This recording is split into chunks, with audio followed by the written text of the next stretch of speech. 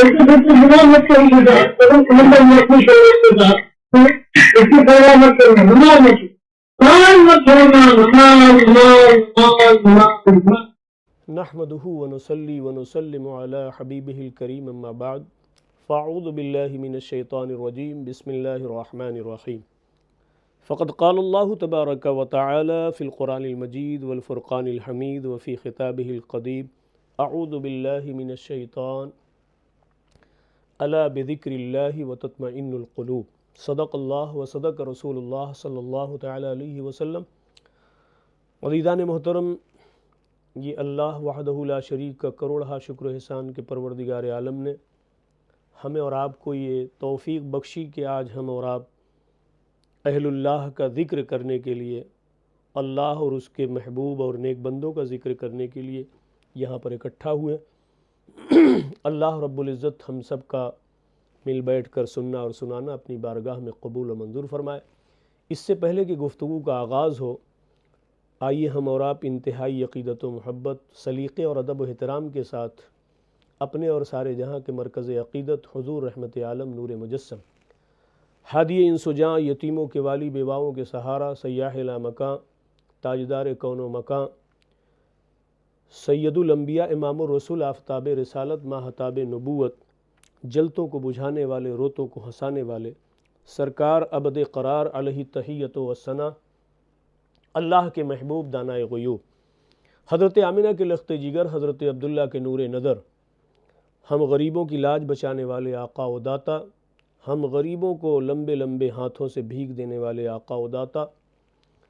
حضرت آمنہ کے لخت جگر، حضرت عبداللہ کے نور نظر، جناب احمد مجتبیٰ محمد مصطفیٰ صلی اللہ تعالی علیہ وسلم کے دربار گہربار میں اپنی محبت و عقیدت اور غلامی کا ثبوت بآباد بلند درود پاک پڑھ کر پیش فرما لیں۔ اللہم صلی وسلم مبارک علی سیدنا مولانا محمد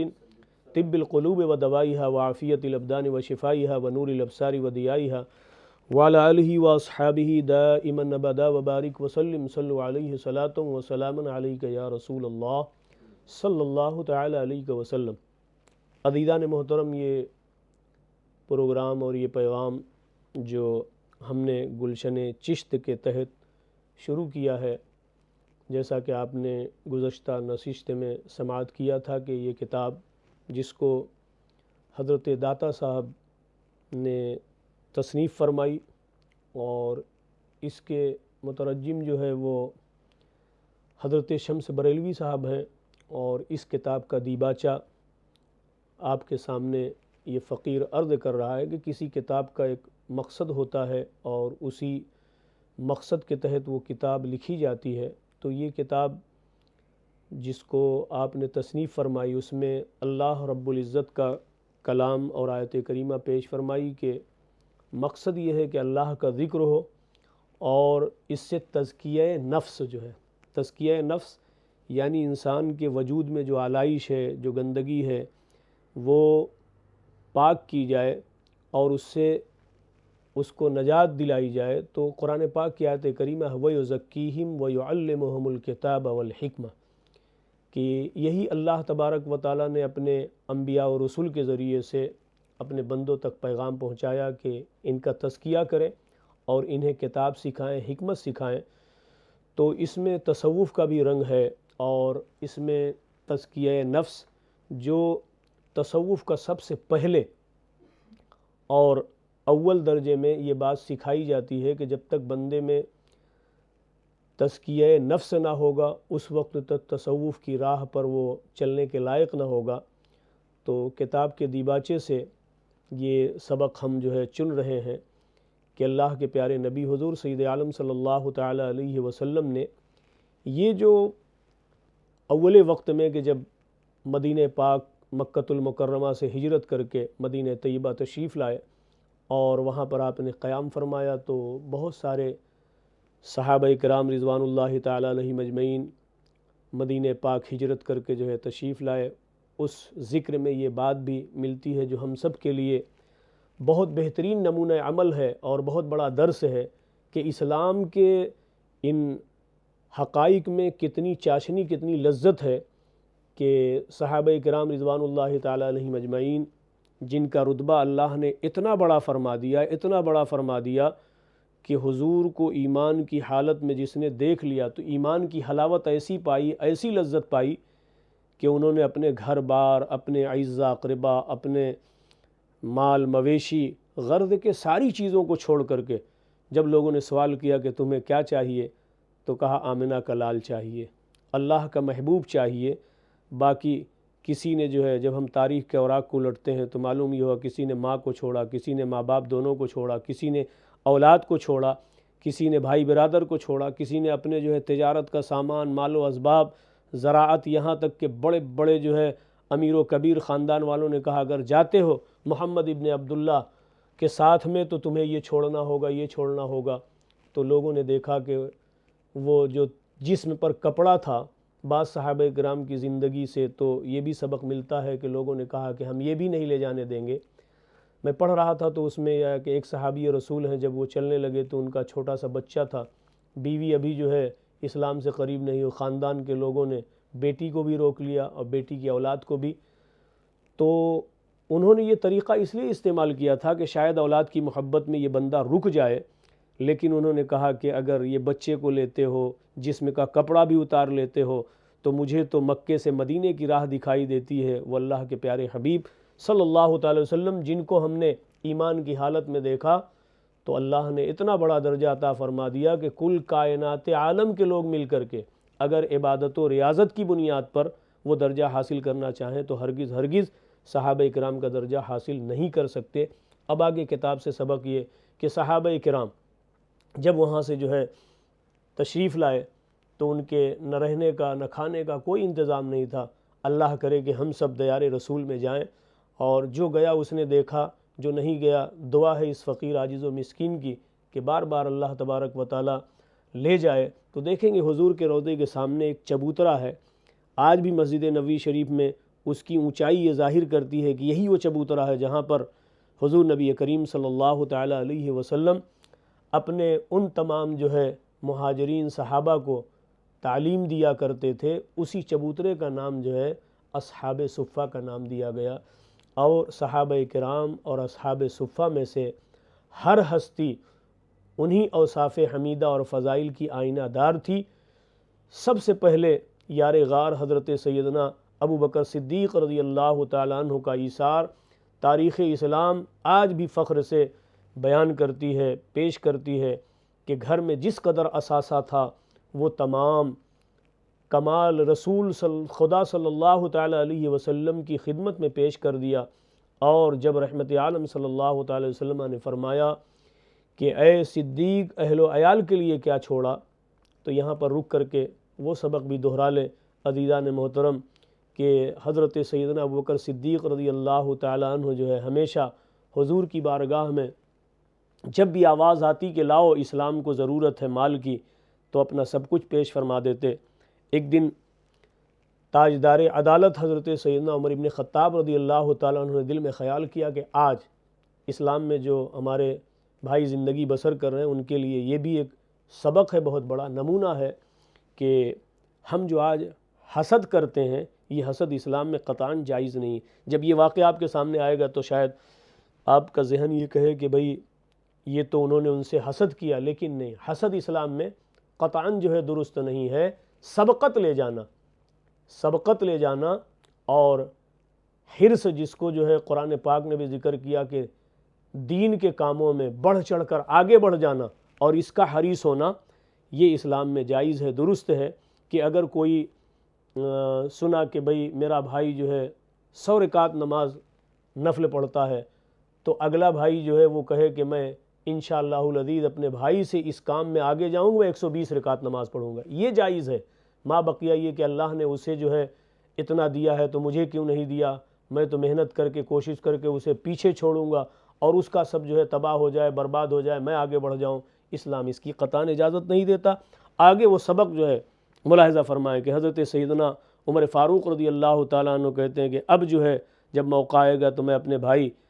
حضرت سیدنا ابوبکر صدیق رضی اللہ تعالیٰ عنہ سے سبقت لے جاؤں گا۔ حضور نے ارشاد فرمایا کہ لاؤ اسلام کو ضرورت ہے مال کی، تو حضرت سیدنا عمر فاروق رضی اللہ تعالیٰ عنہ کہتے ہیں کہ آج میں اپنے پورے اثاثہ پورے مال کے 2 حصے کروں گا، اور آپ نے کر بھی ڈالا، اور دونوں حصوں میں سے ایک حصہ اپنے اہل و عیال کے لیے اور اپنے گھر والوں کے لیے چھوڑا، اور آدھا جو ہے حضور کی بارگاہ میں لے کر کے پہنچے۔ خیال یہ تھا کہ آج میں اپنے بھائی ابو بکر صدیق سے جو ہے آگے بڑھ جاؤں گا کہ آدھا مال پیش کر دیا ہے۔ عزیزان محترم، سامعین و ناظرین کرام، جب حضرت سیدنا ابو بکر صدیق رضی اللہ تعالیٰ عنہ جو ہے حضور کی بارگاہ میں حاضر ہوئے تو حضور نے ارشاد فرمایا کہ اے ابو بکر، اسلام کے لیے کیا لائے ہو، راہ خدا میں کیا پیش کرو گے؟ تو بڑا محبت بھرا جواب ہے عزیزان محترم ہم سب کے لیے کہ اللہ ہی کا دیا ہوا سب کچھ ہے۔ کاش کہ جو ہے ہمارے اندر یہ جرأت و جسارت پیدا ہو جائے کہ حضرت سیدنا ابوبکر صدیق رضی اللہ تعالیٰ عنہ کے عمل کا 1000واں حصہ ہی جو ہے ہم کر پائیں۔ حضرت سیدنا ابوبکر صدیق رضی اللہ تعالیٰ عنہ، آج یہ بھی ہمارے لیے درس عبرت ہے کہ اگر کوئی تھوڑا سا دین کے لیے کچھ نکالتا ہے تو اس کا نفس جو ہے، جو تزکیہ نہیں ہو پاتا نفس کا، وہ اپنے اندر ابھار پیدا کرتا ہے کہ ہائے میں نے تو اتنا بڑا کام کر دیا، اتنا بڑا کام کر دیا، میں نے دین پر، ملت پر، اسلام پر اتنا بڑا احسان کر دیا، اتنا مال دے دیا۔ آئیے ذرا دیکھیں کس عاجزی کے ساتھ حضور کی بارگاہ میں دست بستہ ہاتھ جوڑ کر کھڑے ہوتے ہیں اور عرض کرتے ہیں یا رسول اللہ صلی اللہ تعالیٰ علیہ وسلم فداک ابی و امی یا حبیب اللہ، میرے ماں باپ آپ پر قربان، یہ دیکھیں کہ میں لے آیا ہوں۔ تو حضور نے ارشاد فرمایا کہ اے عمر تم کیا لائے ہو؟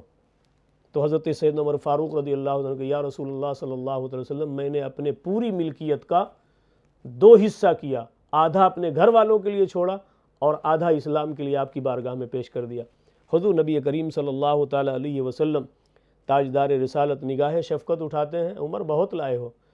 اے میرے ابو بکر یار غار تم بتاؤ کہ تم کیا لائے ہو؟ حضرت سیدنا ابو بکر صدیق رضی اللہ تعالیٰ عنہ جو صاحب کتاب نے یہاں پر ذکر فرمایا عزیزان محترم کہ یا رسول اللہ صلی اللہ تعالیٰ علیہ وسلم، میں نے اپنے گھر کا سارا مال جو ہے وہ جمع کر کے آپ کی بارگاہ میں پیش کر دیا ہے۔ تو کہا تمہارے بھائی نے تو آدھا اپنے اہل، تم نے کیا چھوڑا ہے اپنے اہل و عیال کے لیے، اپنے گھر والوں کے لیے؟ تو خدا کی قسم یہاں پر ایمان تازہ ہو جاتا ہے، ایمان کو جلا ملتی ہے کہ اللہ کے رسول صلی اللہ علیہ وسلم نے یوں ہی نہیں ارشاد فرمایا کہ اگر میرے بعد کوئی نبی ہوتا تو ابو بکر ابن ابی قحافہ ہوتے۔ یہ دیکھیں ایثار جو ہے، حضور نے ارشاد فرمایا کہ ابو بکر بتاؤ گھر والوں کے لیے کیا چھوڑا ہے؟ تو حضرت سیدنا ابو بکر صدیق رضی اللہ تعالیٰ عنہ جو ہے عرض کرتے ہیں یا رسول اللہ، میں اپنے گھر کا سارو مال و منال متاع جو میری ملکیت میں تھا سب آپ کی بارگاہ میں پیش کر دیا، یہاں تک کہ جسم کے کپڑے بھی اتار کر کے آپ نے گٹھری میں باندھ دی کہ یا رسول اللہ اس سے بھی اگر دین کا کوئی کام ہوتا ہے تو ابو بکر کا یہ مال حاضر ہے۔ اے ابو بکر بتاؤ گھر کے لیے کیا چھوڑا ہے؟ عرض کرتے ہیں یا رسول اللہ، گھر کا سارا مال جو ہے آپ کی بارگاہ میں پیش کر دیا۔ اگر گھر کی بات آپ پوچھتے ہیں تو کائنات کی دولت تو میں گھر میں چھوڑ کے آیا ہوں۔ عرض کرتے ہیں یا رسول اللہ، گھر میں اللہ و رسول کو چھوڑا ہے اور گھر کا سارا سامان آپ کی بارگاہ میں پیش کر دیا ہے۔ حضور مسکرا کر ارشاد فرماتے ہیں کہ اے ابو بکر، آج بھی تم عمر پر جو ہے سبقت لے گئے۔ سیدنا عمر فاروق رضی اللہ تعالیٰ کہتے ہیں یا رسول اللہ، میں تو آج جو ہے سوچتا تھا کہ میں اپنے بھائی ابو بکر پر سبقت لے جاؤں گا، لیکن اللہ تبارک و تعالیٰ نے یہ حصہ میرے بھائی حضرت ابو بکر کو ہی عطا فرمایا ہے، اور یہ وہی ذات مبارکہ ہے عزیزان محترم کہ جب آپ نے اسلام کے لیے اپنے جسم کے کپڑے کو اتار دیا اور درخت کے پتوں کو لپیٹ لیا تو تاریخ گواہ ہے، کتابیں آپ جو ہے پڑھیں گے تو معلوم ہوگا کہ اللہ تبارک و تعالیٰ نے اس ادا کو اس قدر پسند فرمایا، اس قدر پسند فرمایا کہ اللہ رب العزت نے حکم فرمایا کہ اے عرش کے فرشتوں، اے آسمانی فرشتوں، دیکھو میرا محبوب بندہ ابو بکر جو ہے کس قدر جو ہے وہ درخت کے پتوں میں لپٹ گیا ہے، وہ لباس کتنا عمدہ ہے، آج تم بھی اپنے جو ہے نوری لباس کو اتار کر اسی لباس میں آ جاؤ۔ یہ ہے قبولیت کی ضمانت، یہ ہے قبولیت کی سند کہ آپ اگر جو ہے اللہ و رسول کے لیے اپنے کپڑے کو تبدیل فرما دیں تو اللہ فرشتوں کو حکم فرمایا اسی لباس میں آ جاؤ جس میں میرے محبوب کا یار غار ہے۔ تو جواب یہی دیا کہ اللہ کے پیارے رسول صلی اللہ تعالیٰ علیہ وسلم، میں نے اہل و عیال کے لیے کیا چھوڑا؟ تو جواب دیا ان کے لیے اللہ اور اس کا رسول جو ہے کافی ہے، میں نے اپنے گھر والوں کے لیے اپنے گھر میں اللہ اور رسول کو چھوڑ آیا ہوں۔ تبھی تو عاشق صادق نے انہی کی زندگی کی ترجمانی کرتے ہوئے یہ کہا کہ بلبل کو پھول، شمع کو پروانہ چاہیے، ہم کو رسول پاک کا دیوانہ چاہیے۔ اور شمع کو پروانہ بلبل کو پھول بس، کہتے ہیں حضرت صدیق کے لیے اللہ کا رسول بس۔ اسی کا نام کمال ایثار اور کمال توقع ہے۔ آپ کے زہد و تقوی اور خوف و رجا کا یہ عالم تھا، اور آپ کے فقر اختیاری کی صورت یہ تھی کہ آپ ہمیشہ یہ دعا فرماتے تھے، اللہم البسط الدنیا وزہدنی عنہما، اے اللہ دنیا کو میرے لیے فراخ فرما دے، پھر مجھے اس سے بچا۔ آپ نے اپنی زندگی میں یہ پاکیزہ صفات حضور نبی کریم صلی اللہ تعالیٰ علیہ وسلم کی حیات طیبہ سے اخذ کیے تھے۔ یعنی اگر حضرت سیدنا ابوبکر صدیق رضی اللہ تعالیٰ عنہ کو اللہ تبارک و تعالیٰ نے زہد و کمال میں اور تزکیہ نفس میں یہ مقام و مرتبہ عطا فرمایا تو یہ کہیں اور سے نہیں بلکہ اللہ کے رسول صلی اللہ تعالی وسلم کی زندگی سے آپ نے حاصل کیا تھا، جو اللہ کے رسول صلی اللہ تعالی وسلم نے آپ کو جو ہے عطا فرمائے تھے۔ حیات طیبہ سے آپ نے لیا، اور معرفت خداوندی کے تمام اسرار و رموز حضور نبی کریم صلی اللہ تعالی علیہ وسلم سے ہی سیکھے تھے۔ اسی بنا پر حضرت سیدنا شیخ داتا علی ہجویری قدس سرہ حضرت سیدنا ابوبکر صدیق رضی اللہ تعالی عنہ کو مسلک تصوف کا امام گردانتے ہیں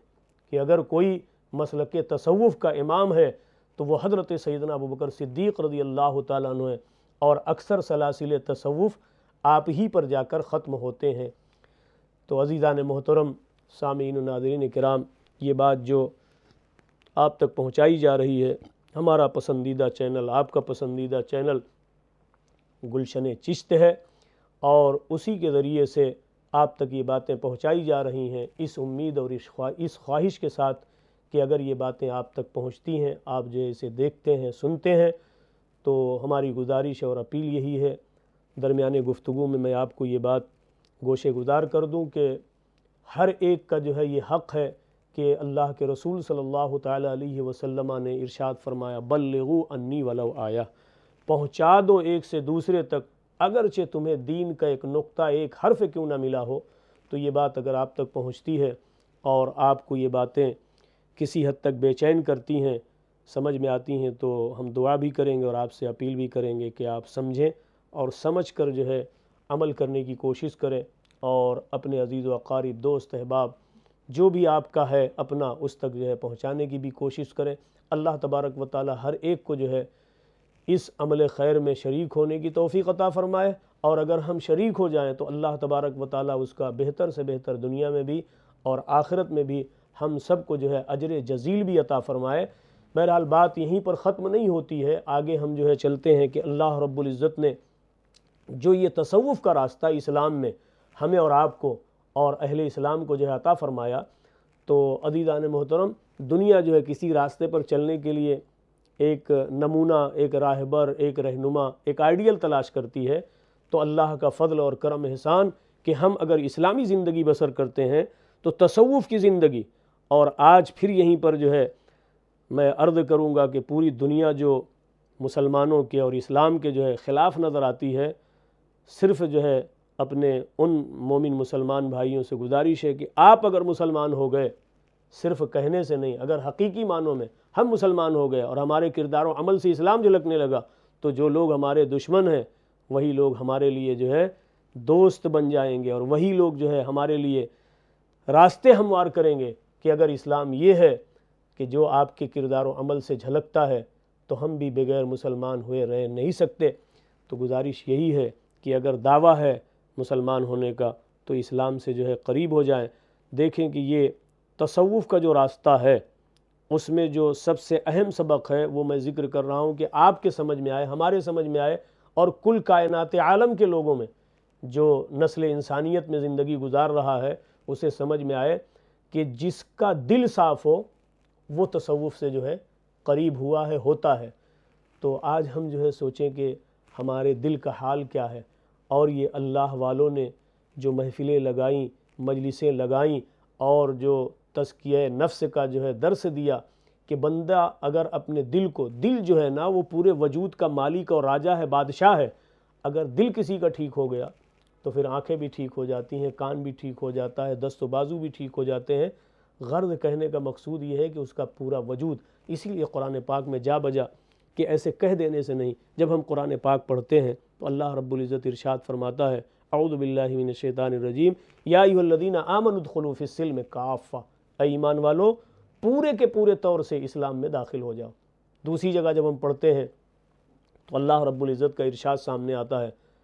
قد افلح من تزکیٰ، ایک ایک آیت پر، ایک ایک لفظ پر، ایک ایک زندگی ناکافی ہے کہ اللہ رب العزت کا کلام یہ بیان کر رہا ہے کہ تحقیق کے کامیاب وہی ہوا جس نے اپنے نفس کو پاک کر لیا، اپنے نفس کا تزکیہ کر لیا۔ تو یہ جو ہم تھوڑی سی محنت اور کوشش کرتے ہیں کہ اللہ تبارک و تعالیٰ کسی دل کو جو ہے اس سے قریب کر دے اور وہ تنہائی میں بیٹھ کر اپنے تزکیہ نفس کا سامان کرے، یہ اہل اللہ کے نیک بندے جو خانقاہوں میں بیٹھ کر اپنے جو ہے مریدین، متعلقین، محبین، متوسلین، محبت کرنے والوں کو درس دیا کرتے تھے، ایک چاشنی ہوتی تھی۔ کبھی آپ جاتے ہیں ایسی خانقاہوں میں کہ وہاں پر جو ہے جناب علی ذکر کی محفل لگائی جاتی ہے، اور پھر جو ہمارا سب سے پہلا عمل یہ ہوتا ہے کہ بھئی لائٹیں بند کر دی جاتی ہیں اندھیرے میں۔ تو ایک بچہ جو ہے مجھ سے سوال کرتا ہے کہ حضرت اجالے میں کیوں ذکر نہیں کرتے؟ اب ایک بچہ ہے، اور ہو سکتا ہے کہ میرے مخاطبین میں ایسا کوئی بڑا بھی جو ہے بچہ بن جائے اور اس کے ذہن میں سوال ہو تو اس کو جو ہے تسلی ہوگی کہ یہ لائٹ بند کر کے اور پھر اللہ اللہ اللہ الا اللہ الا اللہ، تو یہ جو ذکر کی ضربیں لگائی جاتی ہیں نا ایک عادت کے لیے خانقاہوں میں بلا کر کے کہ بھائی اس طریقے سے، تو یہاں پر اگر چند منٹ، تو اس کی جو دنیاوی ظاہری وجہ ہے کہ جب ہم اس طرح سے جو ہے ذکر کرتے ہیں تو جب بندہ ایک دوسرے کو دیکھتا ہے تو اس میں ممکن ہے کہ کوئی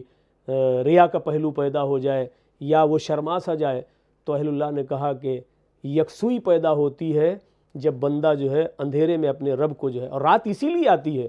رات کا یہ مقصد نہ سمجھیں کہ صرف آرام کے لیے، بلکہ اہل اللہ تو یہ بتلاتے ہیں کہ جب پوری دنیا جو ہے تاریک ہو جائے، اندھیرے میں ہو جائے، تو اس وقت اللہ کے ذکر میں ایک لطف جو ہے الگ ہو جاتا ہے۔ تو اس لیے کہتے ہیں کہ اگر رات ہو اور روشنی ہو، لائٹ ہو، تو اس کو بند کر دو، رات کی طرح سما کر لو۔ اور کبھی آپ تجربہ بھی کر لیں، کبھی اس طرح سے تجربہ بھی کر لیں کہ جب آپ کا دل نہ لگتا ہو، اندھیرا کر دیں، اندھیرا کر دیں، لائٹ بند کر دیں، پھر دیکھیں کہ کیسے یکسوئی پیدا ہوتی ہے۔ اور یہ کہتے ہیں کہ اللہ ہو، اللہ ہو، تو یہ جو ذکر کی چاشنی جو لگائی جاتی ہے کہ اللہ پھر ہو،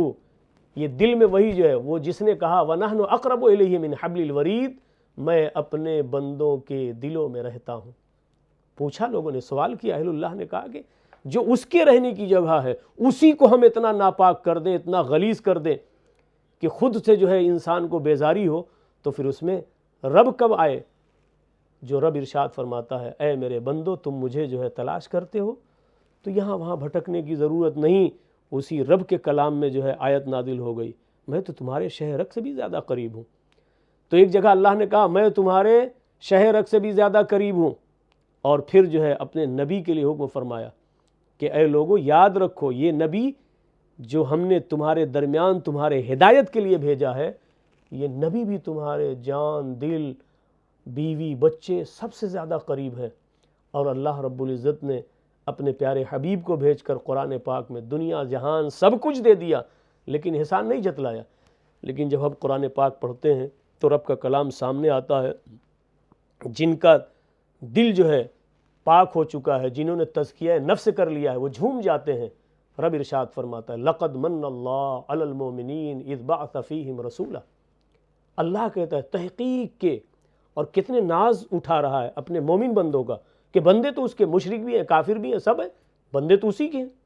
لیکن رب ارشاد فرماتا ہے نہیں سمجھ سکتے، جن کے دل میں بتوں کی محبت ہے وہ میرے کلام کو کیا سمجھیں گے؟ تم اس قابل ہوئے ایمان کی وجہ سے کہ میں تمہیں منہ لگا رہا ہوں، میں تم سے باتیں کر رہا ہوں۔ اللہ نے مومنین کو جو ہے مخاطب کیا کہ اللہ نے تم پر احسان فرمایا، تم پر احسان فرمایا کہ تمہیں میں سے تمہیں ایک رسول عطا فرمایا۔ لقد من اللہ علی المؤمنین اذ بعث فیہم رسولا۔ اور اللہ تبارک و تعالی اسی جگہ جو ارشاد النبی اولی بالمؤمنین من انفسہم وازواجہم وامہاتہم واولی الارحام، کہ نبی تمہارے جان سے بھی زیادہ قریب ہے، تلاش تو کرو۔ پھر اہل اللہ صوفیہ ہی فرماتے ہیں کہ جس کو تلاش حق ہو، تلاش رب ہو، تو بڑا پیارا اور حکیمانہ نسخہ عطا فرمایا کہ من عرف نفسہ فقد عرف ربہ، جس نے اپنے آپ کو پہچان لیا اس نے اپنے رب کو پہچان لیا۔ یہ اتنا پیارا جملہ ہے کہ بندہ جو ہے کہیں یہاں وہاں یہاں جانے کی وہاں جانے کی ضرورت نہیں، اور جب بندہ اپنے آپ کی معرفت حاصل کرنا چاہے گا تو قرآن پاک کی آیت گردش کرے گی کہ اے میرے بندے دیکھ، یہ ہے اللہ رب العزت کا ارشاد قدسی کہ تو آیا کیوں دنیا میں، تیرے پیدائش کا مقصود کیا ہے؟ تو قرآن ببانگے ساری کتابیں خاموش ہیں، سارے مذاہب خاموش ہیں، لیکن بولتا ہے تو اسلام بولتا ہے۔ اور کیا بولتا ہے؟ کہ اے جنوں اور انسانوں، اللہ نے بے مقصد نہیں پیدا فرمایا۔ تم اگر کسی کارخانے کے مالک ہو تو تم کیا کرتے ہو؟ کوئی چیز بلا وجہ نہیں پیدا کرتے۔ یہ کپڑے کے فیکٹریوں کے جو مالک ان سے پوچھے بھئی کپڑا کیوں؟ تو کہا انسان کا جسم جو ہے چھپ جائے، اصل مقصد یہ ہے کہ اس کی ستر پوشی ہو، اور پھر اس میں ڈیزائن اور اس میں کلر اور اس میں وہ نکھار، اور وہ کہا اس سے جو ہے انسان کے اندر زینت آ جائے، اس میں خوبصورتی پیدا ہو جائے، کمال پیدا ہو جائے، اس لیے ہم کپڑا بناتے ہیں۔ تو اگر بندہ سوال کرے کہ اللہ ہمیں تو نے پیدا کیوں کیا، تو قرآن ببانگے دوہل اعلان کا وَمَا خَلَقْتُ الْجِنَّ وَالْإِنسَ إِلَّا لِيَعْبُدُونَ۔ اب اگر بندہ جو ہے اتنا راستہ پا گیا کہ ہم صرف اللہ کی عبادت کے لیے پیدا کیے گئے، تو پھر تلاش کرو کہ اللہ کی عبادت ہے کیا۔ بندہ سوال ہے اللہ کھائے نہیں، پیے نہیں، سوئے نہیں، جاگے نہیں، کام نہیں، کہا سب کچھ اسی لیے تو میں نے تمہارے درمیان اپنے نبی کو آئیڈیل اور نمونہ بنا کر بھیج دیا۔ پھر قرآن پاک پڑھیں، رب ارشاد فرماتا ہے میں اپنی باتوں کو جو استحکام دیتا ہوں، میری باتوں کا کوئی وہ نہیں، لیکن جب اللہ کا کلام اس میں شامل ہو جائے تو پھر یہ باتیں جو ہے عرش الہی تک جاتی ہیں کہ لقد کان لکم فی رسول اللہ اسوۃ حسنہ۔ بندوں کی جانب سے سوالات اٹھے، اے مولا یہ زندگی عبادت بنے تو کیسے بنے؟ تو کہا کہ یہ کھانا بھی عبادت، یہ پینا بھی عبادت، یہ چلنا اور پھرنا، ساری چیزیں اگر اس کو جو ہے شرح کریں، بسط کریں، پھیلائیں، تو ایک جملہ کہنا چاہوں گا کہ جو سماج میں، معاشرے میں آج ایک جو ہے چلن ہے کہ بیٹی باپ کے گھر آتی ہے اور باپ بیٹی کے گھر جاتا ہے، یہ کس کا اسوہ ہے؟ ہر نانا اپنے نواسے سے پیار کرتا ہے، ہر باپ اپنے بیٹے سے پیار کرتا ہے، یہ کس کا اسوہ ہے؟ یہ کس کا طریقہ ہے؟ کون ہے اس میں ہمارا آئیڈیل اور نمونہ؟ لیکن عزیزان محترم، یہاں پر ایک بات جو ہے واضح کہ اللہ تبارک و تعالیٰ کے پیارے رسول نے ارشاد فرما دیا کہ جتنے رشتے ہیں باپ بیٹے سے، بیٹا باپ سے، بیٹی ماں سے، ماں بیٹی سے، اور شوہر بیوی سے، بیوی شوہر سے، اتنی ہی محبت کرے جتنی اس کو ضرورت ہے۔ حضور ارشاد فرماتے ہیں کہ تم اس وقت تک مومن نہیں ہو سکتے جب تک کہ تمام لوگوں سے زیادہ مجھ سے محبت نہ کرو۔ تو اگر اللہ کے رسول صلی اللہ تعالی وسلم ایسا ارشاد فرما دیں کہ ایمان مکمل نہیں ہوتا جب تک جو اللہ کے رسول صلی اللہ تعالی علیہ وسلم سے سچی اور پکی اور محبت تمام جہان والوں سے زیادہ نہ ہو، تو عزیزان محترم یہ سارا طریقہ اور وتیرہ کس کا ہے؟ بیٹی باپ کے گھر جائے، یہ خاتون جنت کی سنت ہے، اور باپ بیٹی کے گھر جائے، یہ جناب محمد رسول اللہ صلی اللہ علیہ وسلم کی سنت ہے۔ آج جو دنیا، اگر آپ اٹھائیں احادیث نبویہ کی کتب تو آپ کو ملے گا، اور میں کوٹ کرتا ہوں کہ مشکات شریف جو بڑی معتبر کتاب ہے احادیث کریمہ کی، اس میں سب سے پہلی حدیث پاک راوی حضرت سیدنا عمر فاروق رضی اللہ تعالیٰ عنہ کہ عمل کا دار و مدار نیتوں پر ہے۔ عمل کا دار و مدار نیتوں پر، نیت اچھی ہے عمل اچھا ہو گیا، نیت اچھی نہیں ہے تو بظاہر آدمی جتنا اچھا وضو کر لے، جتنی اچھی نماز پڑھ لے، نیت اگر درست نہیں، خدا کی رضا مقصود نہ ہو، تو اس نماز کا کوئی مطلب و مقصد نہیں ہے۔ تو سامعین محترم، عزیزان محترم، کہ نیت جو ہے وہ ہر عمل کا دار و مدار ہے، بیس ہے، بنیاد ہے۔ تو اگر کوئی باپ اپنے بیٹی کے گھر جائے تو دل میں صرف یہ خیال پیدا کر لے کہ اللہ میں اس لیے جا رہا ہوں کہ اللہ کے پیارے حبیب صلی اللہ تعالیٰ علیہ وسلم اپنی بیٹی کے گھر تشریف لے گئے۔ اور یہیں پر رک کر ایک جملہ کہہ دوں کہ جو لوگ آج دنیا میں حقوق نسواں کے لیے، عورتوں کے حقوق کے لیے بڑی بڑی تنظیمیں اور بڑا بڑا جو ہے ٹھیکہ لے رکھا ہے، عورت کو جو مقام اسلام نے عطا فرمایا ہے وہ کسی مذہب نے نہیں دیا۔ اللہ کے پیارے رسول صلی اللہ علیہ وسلم کے اسی عمل میں کہ اپنی بیٹی کو پال پوس کر کے اور ان کو جو ہے حضرت سیدنا مولا کائنات شیر خدا رضی اللہ تعالیٰ عنہ کے ساتھ نکاح فرما کر رخصت فرما کر کے اتنا بڑا اونچا مقام عطا فرمایا کہ دنیا میں اس کی نظیر نہیں ملتی۔ تو بیٹی اپنے باپ کے گھر جائے تو میں یہ کہوں گا خاتون جنت کی سنت ہے،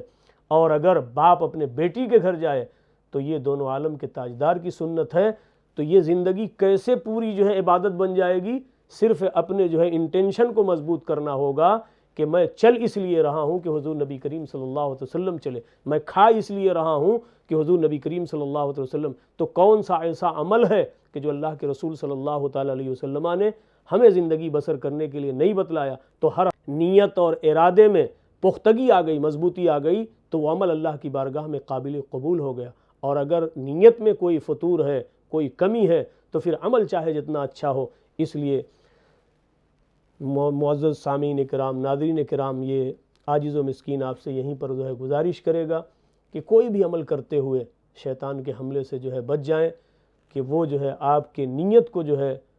وہ برباد نہ کر سکے، اس میں خرابی نہ لا سکے، اس میں ریاکاری کا جو ہے شائبہ نہ ہو۔ تو انشاءاللہ العزیز صرف جو ہے کوئی بھی عمل جو آپ کرتے ہیں، دیکھیں کہ اللہ کے پیارے رسول صلی اللہ تعالیٰ علیہ وسلم نے یہ عمل فرمایا ہے، پوری زندگی کا عمل جو ہے وہ عبادت بن جائے گا جب آپ اس ارادے سے جو ہے عمل کریں گے کہ اس کو اللہ کے پیارے رسول صلی اللہ تعالیٰ علیہ وسلم نے جو ہے عمل فرمایا ہے، اور حضور نے جو عمل فرمایا اسی کو اسلام نے ہمارے لیے سنت بتایا، سنت کے مطابق زندگی بسر ہو جائے، یہی ہمارے زندگی کا نصب العین ہونا چاہیے، اور یہی اسلام کا اللہ و رسول کا فرمان ہے۔ اسی لیے تو قلندر لاہوری فرماتے ہیں، طریق مصطفیٰ کو چھوڑنا ہے وجہ بربادی، اسی سے ہوئی قوم دنیا میں بے اقتدار اپنی۔ یہ کہہ کر کے آپ جو ہے فرماتے ہیں کہ ہمیں تو کرنی ہے شہنشاہ بطحا کی رضا جوئی۔ بڑے اچھے وقت پر جو ہے میں اپنی گفتگو ختم کرنے لگا تو یہ شعر یاد آئے، دل کی تختی پر نوٹ کر لیں کہ یہ اہل اللہ صوفیہ جو زمانے میں اکیلے تنہا چلے تھے، مگر لاکھوں کا جھرمٹ ان کے ساتھ ہو گیا، تو نہ تیر تھا، نہ تفنگ تھا، نہ جو ہے لشکر تھا، نہ فوج تھی، لیکن اکیلے تنے تنہا۔ آئیے چلے عالم تصور میں، بارگاہ خواجہ غریب نواز میں، کون سا جو ہے وہ تیر تفنگ تھا، کون تھا لشکر تھا؟ یہی حضرت داتا علی حجویری رضی اللہ تعالیٰ عنہ کی بارگاہ میں جائیں، جو ہے وہاں پر جو ہے خواجہ غریب نواز کا چلہ آج بھی موجود ہے کہ حضور نے بھیجا کہ جاؤ اور وہاں جو ہے چلہ کشی کرو، اور اس کے بعد راہ ہند اختیار کرو۔ آپ اکیلے تنے تنہا چلے، جب سامنے جو ہے حضور کی سیرت تھی اور حضور کی محبت تھی، تو آپ نے دیکھا کہ اگر دنیا پھیلانے کے لیے، اپنی بادشاہت کا رقبہ پھیلانے کے لیے آئے تو کئی بار ہارے، لیکن جب اللہ کے پیارے حبیب صلی اللہ علیہ وسلم نے راستہ طے فرما دیا تو اللہ نے وہ مقام عطا فرمایا۔ اب اگر میں اس کی ڈیٹیل میں جاؤں اور ڈیپ میں جاؤں، گہرائی میں جاؤں تو بڑا وقت لگے۔ عزیزان محترم، خوب دیکھا ہے آپ نے، سنا بھی ہے کہ غریب نواز سرکار نے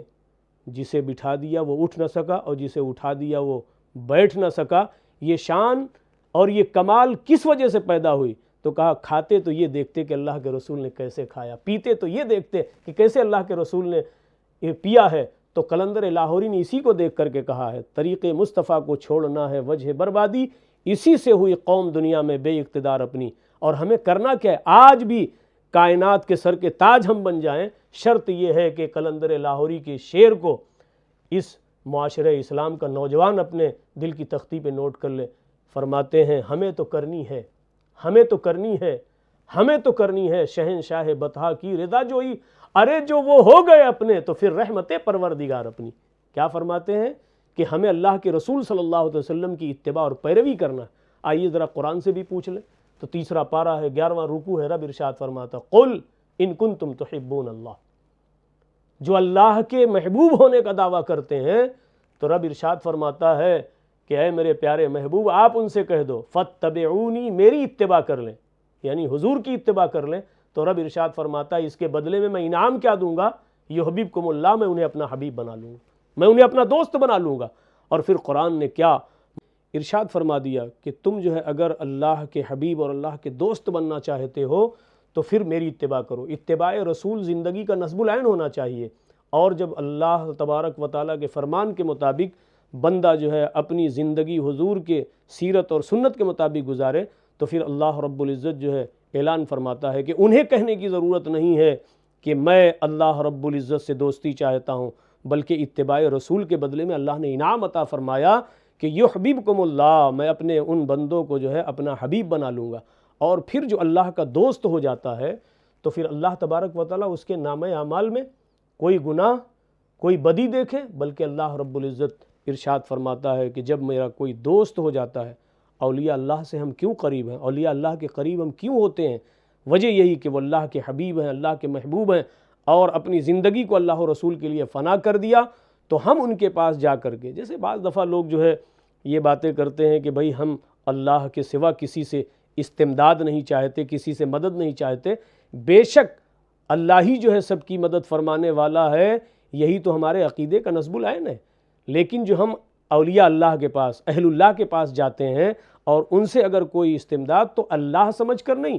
بلکہ اللہ کا محبوب اور برگزیدہ سمجھ کر۔ تو کوئی شخص اگر جو ہے باتیں سنتا ہے، اس کے دماغ میں یہ باتیں آتی ہیں اور وہ یہ کہتا بھی ہے کہ نہیں بھائی ہم تو جو ہے صرف اللہ کے علاوہ، تو اولیاء اللہ سے استمداد یعنی ان سے مدد حاصل کرنا،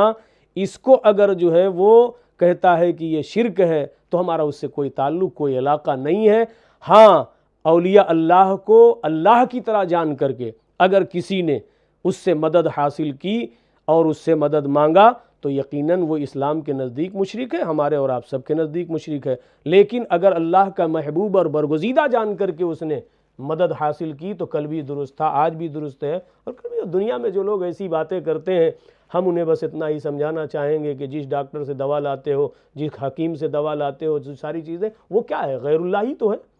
اس کو اللہ سمجھ کر کے جو ہے ہم اس سے مدد یا اس سے دوا لینے کے لیے نہیں جاتے۔ شافی حق اللہ ہی ہے اور ناصر حق اللہ ہی ہے۔ تو عزیزان محترم، ایک بات تھی، چند جملوں میں نے اسے بھی ایڈ کر دیا، اور ہم آئے پلٹ کر اسی طرف جو ہماری بات رہ جاتی کہ قلندر لاہوری نے جو ہے کیا خوب جو ہے کہا، طریق مصطفیٰ کو چھوڑنا ہے وجہ بربادی، اسی سے ہوئی قوم دنیا میں بے اقتدار اپنی۔ ہم نے طریق مصطفیٰ کو چھوڑ دیا، دنیا نے ہمیں رون ڈالا، لیکن ہم چاہتے ہیں کہ اپنا کھویا ہوا وقار حاصل کریں۔ تو آگے قلندر لاہوری نے ایک پوری کتاب کو ایک شعر میں جو ہے سمو دیا، کہتے ہیں